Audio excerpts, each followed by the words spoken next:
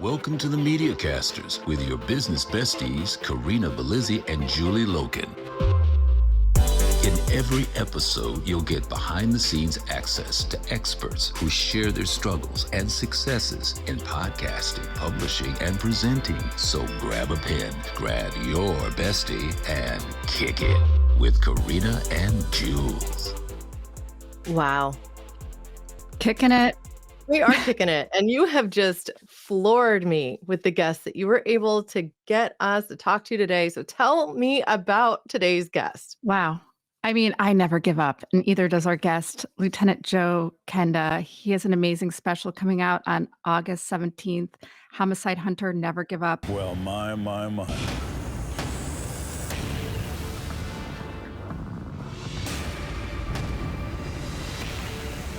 I've seen many things, not many this extreme. She's active duty Army. We, of course, considered that the killer is probably military.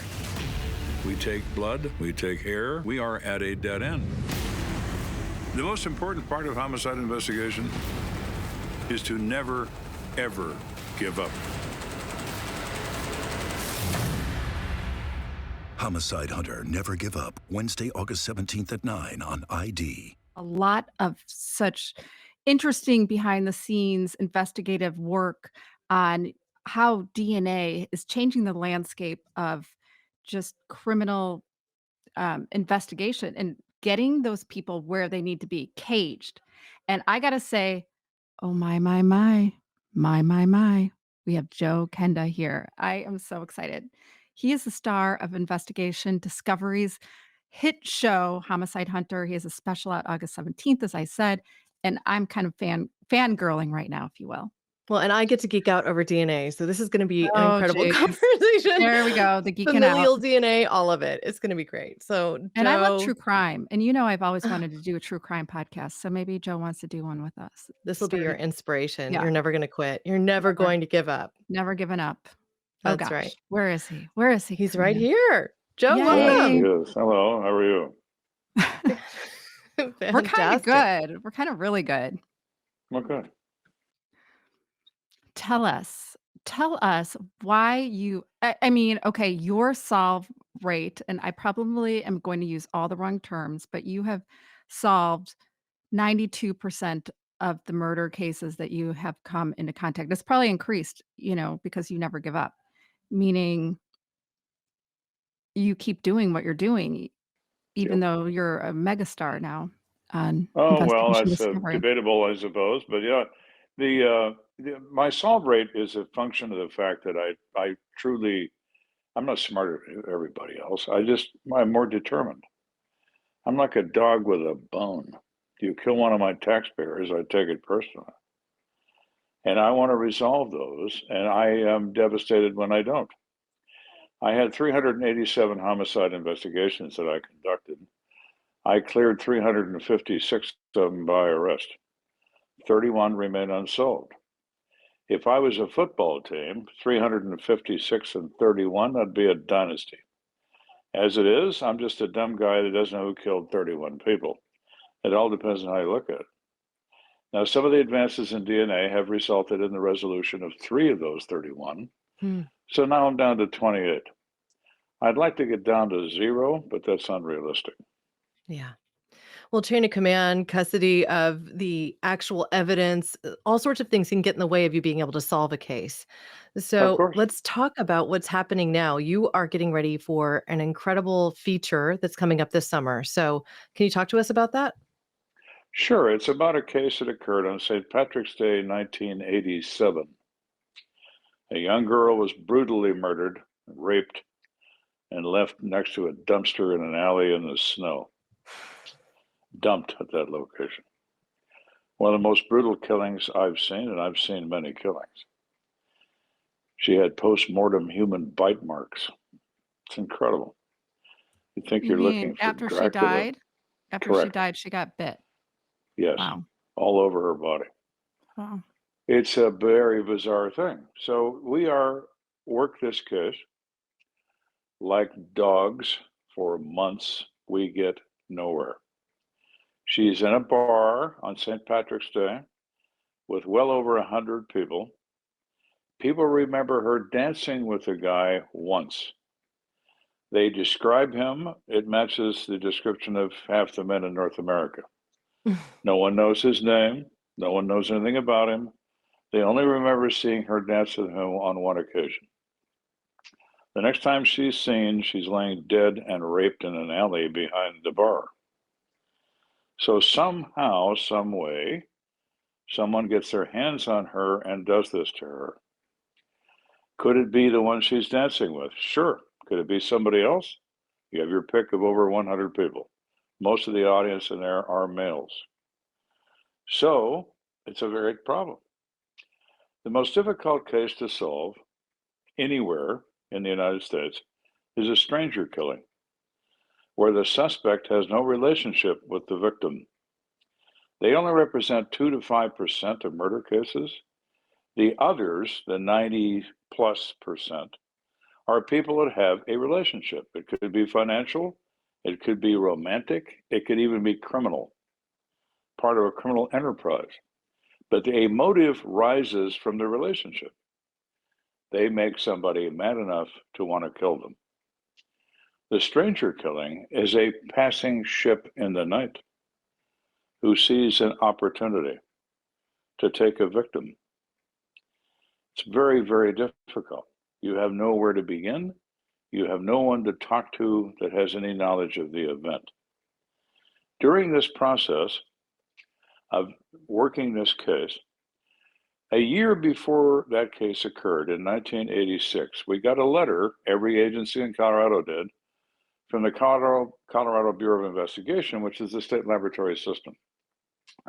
The letter said, there's this guy in England, he's a doctor, a research doctor at a university, and he's working on the possibility of using DNA profiling as a way to uniquely identify suspects and or individuals in any sort of case.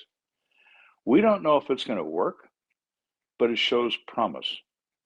So we would therefore recommend that you preserve your evidence of body fluids from a perpetrator, blood, seminal fluid, semen, whatever you can come up with from the perpetrator. Do it in the following manner, and it could be examined decades from today. However, the manner in which they described was not only complicated, it was expensive. And the minute you say expensive, law enforcement agencies tend to hit the brakes. We have to compete for the tax dollar. Boy, I don't know, it's a lot of money. And I argued that, well, okay, it's expensive. Yes, it is. However, it may mean something. It could even mean everything. And maybe it comes to nothing, but at least we will have the opportunity if it comes to something. So we started doing that. It's so complicated. You have to freeze the samples in liquid nitrogen. It is a complicated affair, and you need specialized equipment and so on and so on. But we did it anyway. Fast forward 33 years, and they're able to come up with a new test. Science advances as it moves along. When DNA was first discovered by Dr. Jeffries in England, you required a fairly substantial sample of potential DNA. You didn't always have that. It has advanced to the point now to where touch a countertop and I'll tell you who you are. Touch DNA. Because it is scientific and it does advance.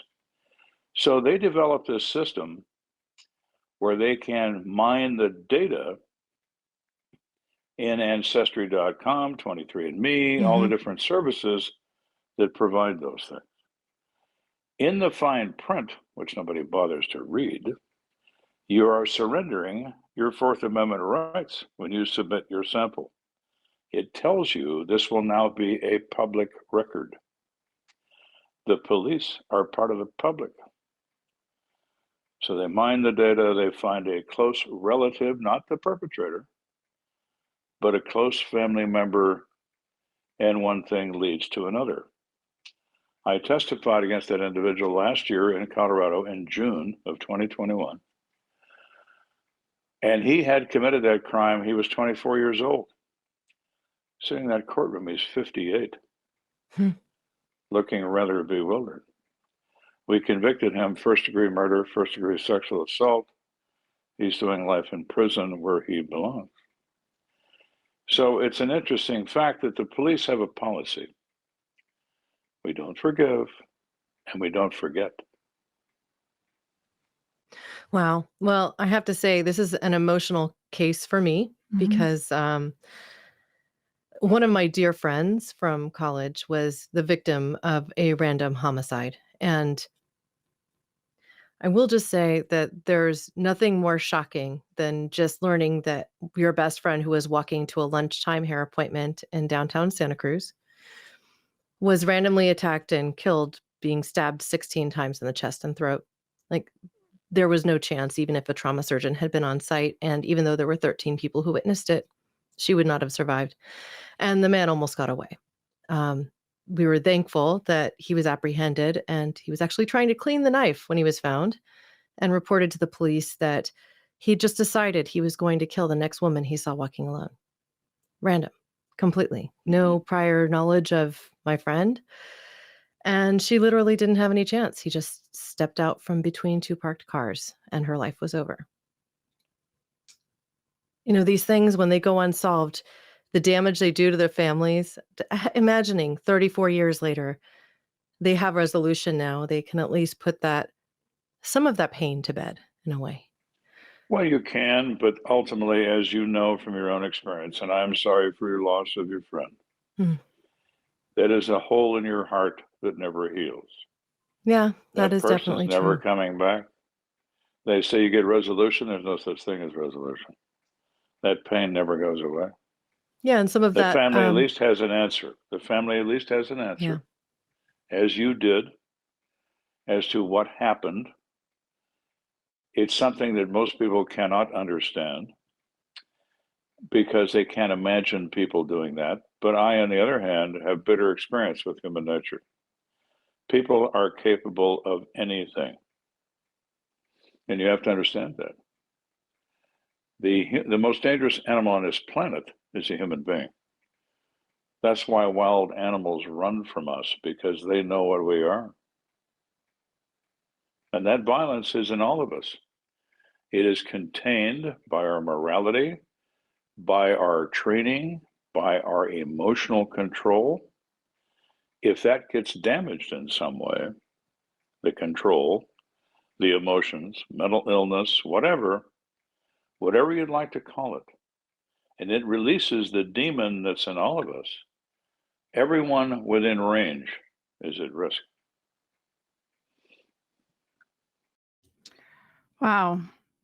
I mean, these powerful stories, and just hearing Corinna's story about her best friend from college and being such a super fan of Homicide Hunter, how do you process this?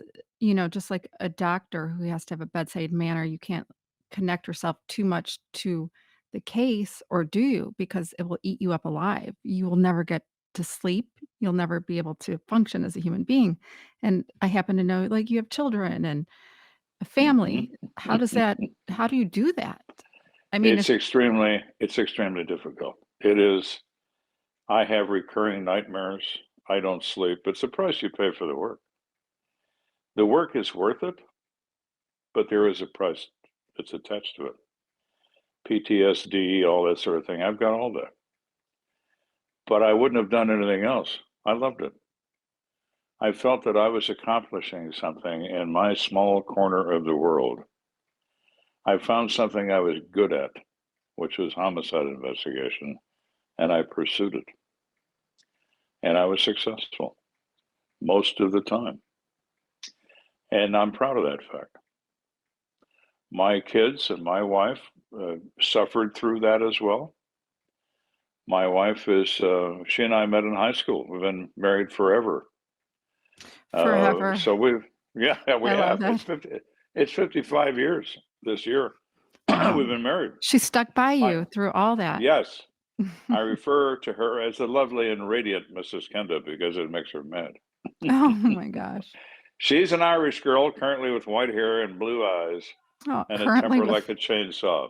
I don't understand her, but I'm working on that, you know? well, we're very difficult to understand this sex, the female sex. But, I just can't imagine and putting myself in your shoes, watching all and I love how the Homicide Hunter is laid out. It is almost a reflection of all your cases. It's reenacted, Hmm. and I am really curious, how do you remember all these details of the cases? I have, unfortunately, and I say unfortunately, I'll explain that, but I have a photographic memory.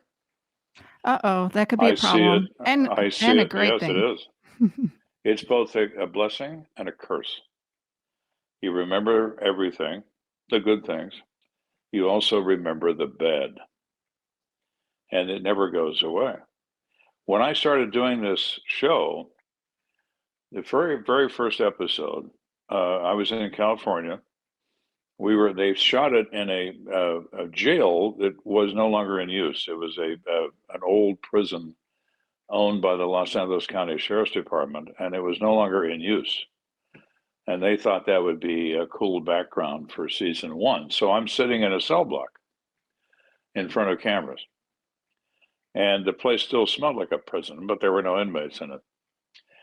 And a guy walked up and dropped a pile of paper in my lap. And I said, "What's that?" "That's your script." I said, "Did anybody tell you I'm a policeman? I'm not an actor." "I got over playing dress up when I was 5.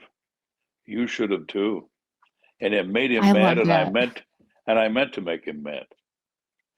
And I said, "I'll tell you what, you turn that camera on, I'll tell you about this case, because I was there and you weren't. And put this aside, and if you don't like what I say, we'll talk about this script you say you have." And he said, "All right," because he's prepared not to like what I say. Mm. So I turned the camera on. I spoke for 15 or 20 minutes, and I stood up and I said, "Is that what you had in mind?" It was And he probably looked at far me and he better said, than the script. "We don't need this." And he put it aside. And there's never been a script since. I say whatever I want. They take out the profanity because it is television. Profanity is the language of the street, but they've removed that. Other than that, it's what I say, because it was my case, and I was there, and I did all that stuff that we're talked about, and kept me rather busy. And I love, like, the deadpan the way that you just express it in such a deadpan, almost sarcastic, but you're talking to your audience like it's in real Hmm. time. Like, Oh Wanda, yeah, oh my, when yep. Wanda's in trouble. I love that. And that was all yours. You Yeah, know that absolutely. episode. Whatever I say, it just comes out. It's I am far worse in person than I am on camera as being sarcastic. Over the years, you hone that skill when you're dealing with animals, which I did all the time. But you do, and you talk to people, and you try to reason with them, or you try to get inside their head a little bit, and try to see what kind of adversary you're up against. What is rare in a murder case is a confession.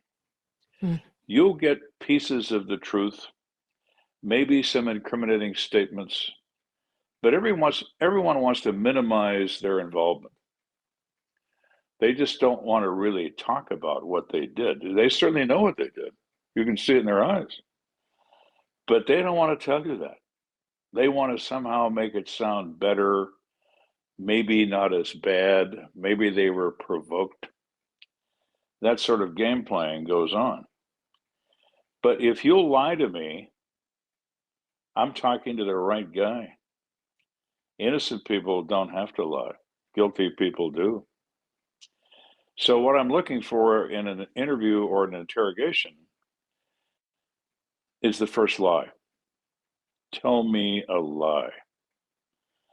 And before I get to that point, I'm Mr. Nice Guy. I'm Mr. Confused. I want this person to believe that all they have to do is talk their way past me, and they're going to get out of this police station, which couldn't be further from the truth. But I make them believe that. I'm dropping papers on the floor. I'm saying, "I don't understand why you're here," and so on. And street people, they're not clever, but they're very, very cunning. They see confusion or kindness as weakness. And they immediately think they can exploit that, which is the game. So you get him comfortable and you say, tell me what happened. And he tells you his fantastic tale that he's thought up for the last several days as to why, if anybody asks him what he's going to say.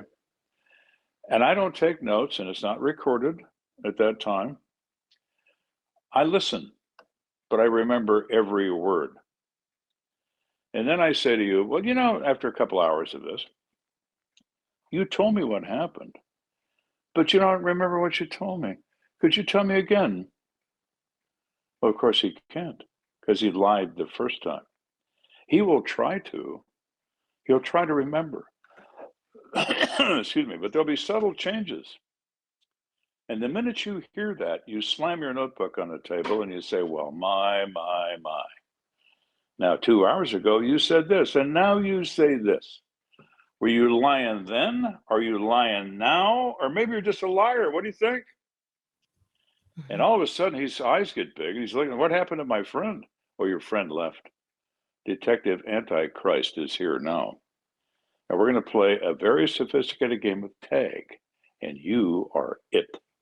Let me see if I can touch you. And that changes the whole tenor of the conversation. You want him off balance. When he's comfortable, he's lying his ass off. When he's off balance, he doesn't know what to do. And he'll say Stammering, something sweating. that's critical. I'm imagining Sure. it, right? Of course. This is something we can use with our kids. Corinna, I think these are some helpful tips. My son told me when he was 12, he says, not fair.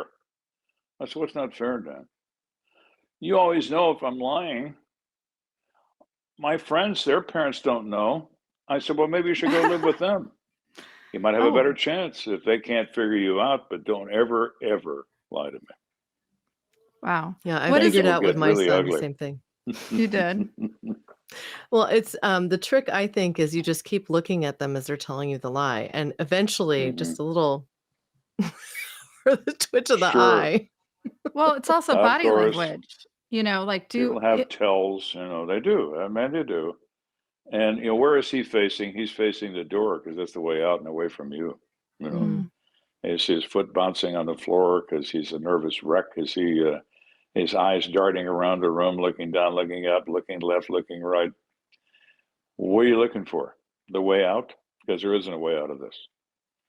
And that's what happens. They look for the way out, even when there isn't one.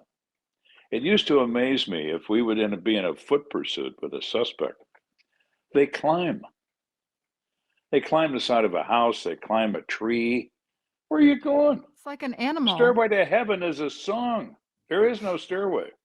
Mm. There's a terminus up there. It's called the roof. And there you are. It's really remarkable because fear does terrible things to people. And your worst enemy when you're under arrest is your mind. And I exploit that. Make you worry about what's going to happen to you. Another technique in interrogation is ignore him. Walk in with a custody sheet. The custody sheet is a piece of paper that name and middle name and your date of birth and where you live and da-da-da-da. And you fill it out. You don't look at it. What's your name? So-and-so, so. Okay, where do you live? And when you're not making eye contact, he's getting upset because he's being ignored, thinking the decision has already been made, what's going to happen to him. And if you continue doing that for long enough, he'll say to you, well, can I talk to you about what? Well, you know about why I'm here? If you want to. I have to advise you of your rights first. I'll waive my rights. Okay, fine, let's do that. Now, what do you want to tell me? And you'd be amazed at what some people will tell you. Fear drives it. He is afraid if he doesn't say something, things are going to be even worse than they would be otherwise. It's interesting. As humans, I don't understand humans, but they interest me. See, you play this game of, I see people that's covered in buttons. What does this button do? Let me push that. Ooh, that touched a nerve. Sounds like your kids. You know? And you go back and forth with them and just see what their story is. Are you going to get the magic confession? Most of the time you won't. but you'll get something that's useful in prosecution. You'll get something. I don't think I'm ever gonna be able to watch one of these crime shows the same way ever again. I mean, the insight that we have. I mean, what is the toughest nut? What has been your toughest nut to crack? Besides your kids, which I'm sure they, If a guy is a sociopath, a true and honest sociopath has no emotions. The only emotion he's capable of is rage. Don't make him mad, because if you do, he's going to kill you. And he won't remember having done it 5 minutes later. He doesn't feel guilt. He doesn't feel sympathy. He doesn't feel empathy. He doesn't feel love. He doesn't feel anything. can they pass lie detectors? Of course. They Of course can. they can.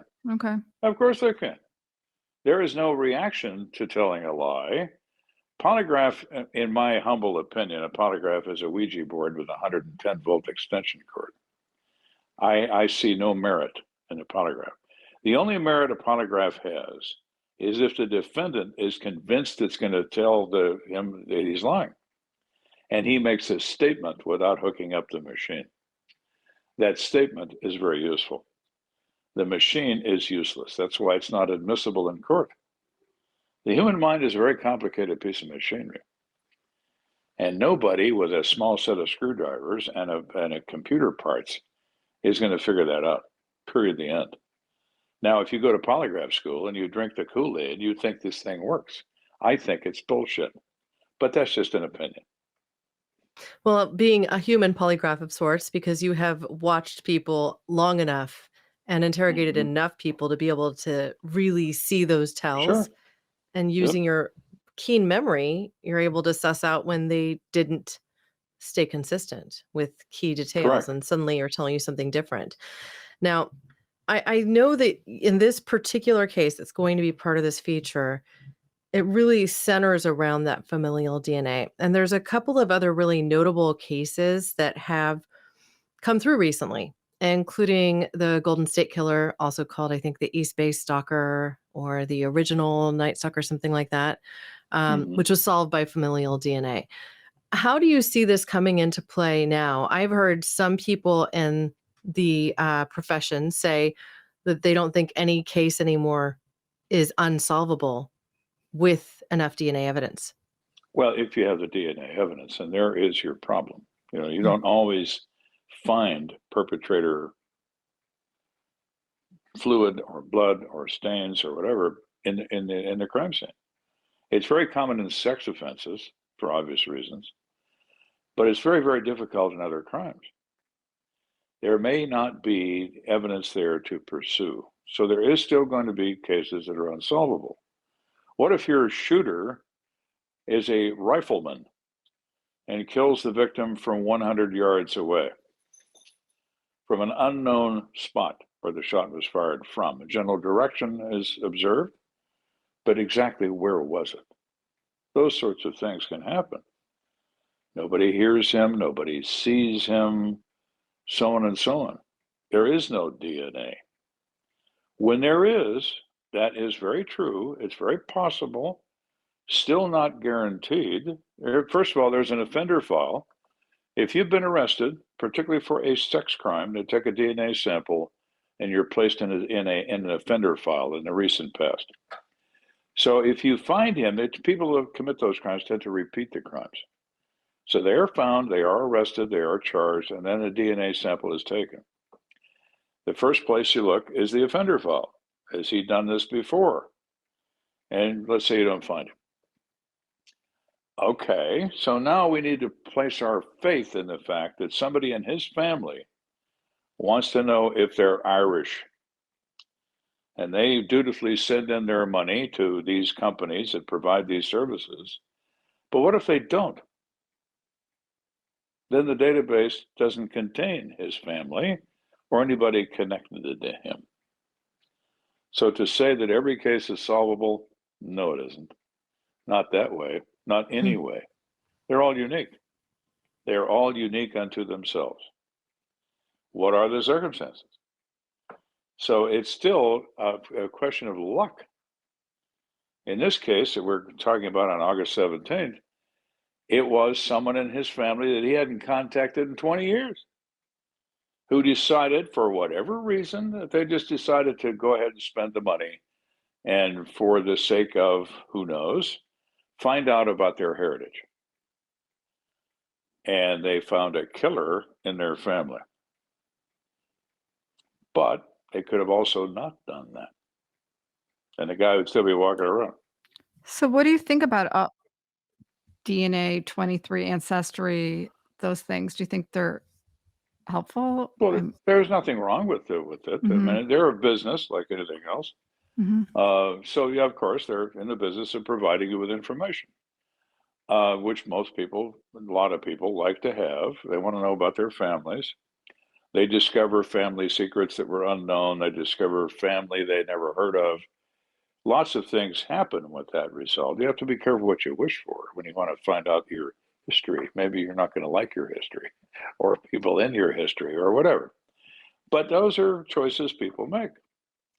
The difference is that they're public record. So therefore, that exposes your heritage, your DNA, your identity, your family, whatever, to scrutiny by law enforcement if it becomes necessary. They don't do this very often because it's very complicated and it's rather expensive. But on a murder case, there's no statute of limitations. So we can pursue you until the day you die for a crime you may have committed in a case if it's a murder. Statute of limitations doesn't apply. Yep. For example, this guy, 34 years later, he's in the can, which is where he should have been 34 years ago, but he wasn't. But better late than never, as they say. So what is your hope with this effort and with all of the work you've done by televising some of these stories from your past? Is your hope that the populace will become more involved, get more informed? Well, hopefully they'll become more aware of what the police do, because if we stick to the media presentation of the police, they only seek out failure. Mm. They only want to present something when somebody does something bad. And we have policemen who shouldn't be policemen. However, we are faced with a terrible problem.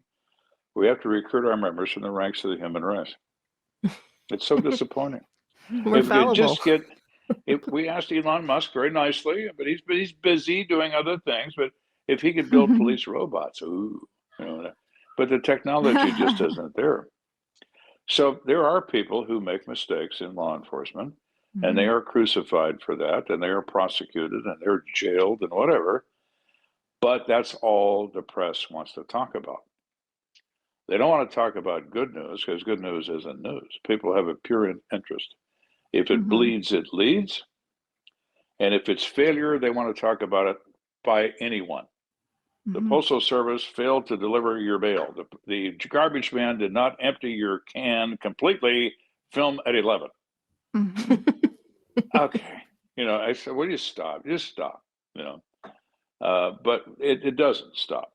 Now, I wanted this to at least show the public, which is why I'm also doing the program American Detective, which is now on ID, a new series with me, to show the world that I'm not the Lone Ranger. There are policemen all over this country, in county sheriff's departments and big cities and small places that work just as hard as I do for little or no money, except for the slings and arrows of the press and the public, to stand in the victim's shoes and protect their interests against all others, because they cannot do that anymore.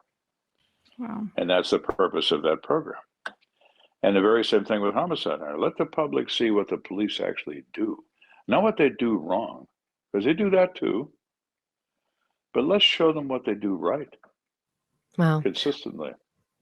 Well, thank you so much for your service and for bringing this show to the world. Now, I want to make sure that we give our audience a clear understanding of how they can watch this show and find your content. Absolutely. It's He's Homicide. amazing. Yeah, right? Like, I am so looking Amazing. forward to this. We Homicide kind of want your Hunter. autograph. And I know as we're wrapping up, like from police officer to TV star, if you could, how did this happen?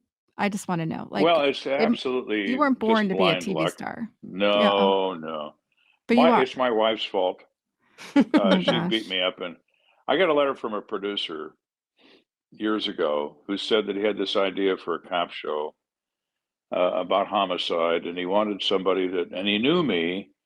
He remembered me. He used to be in news, and he had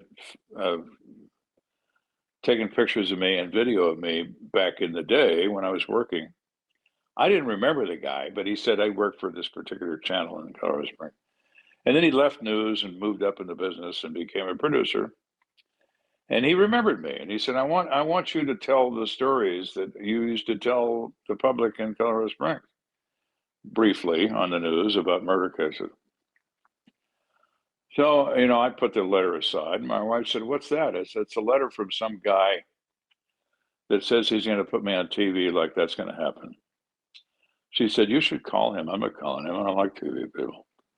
This went on for 4 days. My wife has a PhD in nagging from a very good school.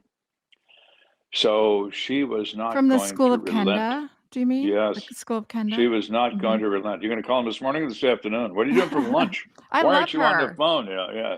She's our kind So of girl. 4 days of that, and I thought, okay, peace in the family is the only way this is going to work. So I called him, and I kind of liked him on the phone, and we met, and one thing led to another, and here we are. I am living proof that even a blind pig finds an acorn once in a while. Oh my gosh. Oh my. I'm going to be saying, oh my, like all for the rest Well, of my I'm life. going to be going through the archives of Homicide Hunter. I just started with season So 8, good. and now I want to go back to season 1. There's 144 episodes of Wow. Homicide Hunter. They play all over the world in a number of countries, in a number of languages, on a number of services. They're on Hulu, they're on Discovery Plus, they're on Investigation Discovery. They are everywhere. If you're in the UK, they're on Sky Network. Mm. And on We're and on. finding you. We're going to find you. It's and there's 22 episodes of American Detective, and they're playing as we speak on ID and Discovery Plus.